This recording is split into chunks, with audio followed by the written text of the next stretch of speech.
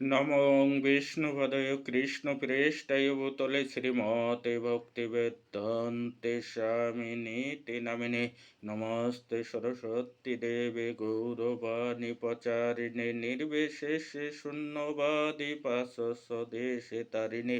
জয় শ্রীল স্বামী প্রভাত কি জয়। কৃষ্ণ কৃপা শ্রীমূর্তি শ্রীল বয়চরণাবিন্দ ভক্তি বেদান্তে স্বামী প্রভুপাত আন্তর্জাতিক কৃষ্ণ ভাবনামিতে সঙ্গে প্রতিষ্ঠাতা আচার্য জয় শ্রীল স্বামী প্রভুপাত কি জয়।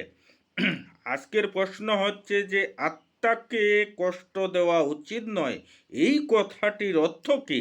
তার উত্তরে কি বলছেন, দেহাত্ম বুদ্ধি অর্থাৎ দেহকে আত্মা বলে মনে করাটাই সমস্ত দুঃখ কষ্টের কারণ।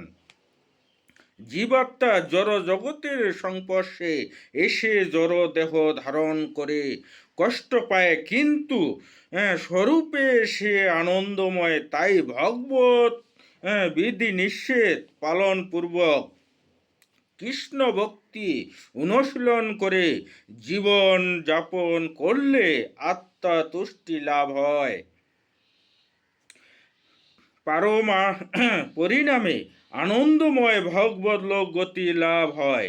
অন্যথায় ভবদশা লাভ করে অনাদিকাল ধরে দুঃখ কষ্ট ভোগ করতে হবে।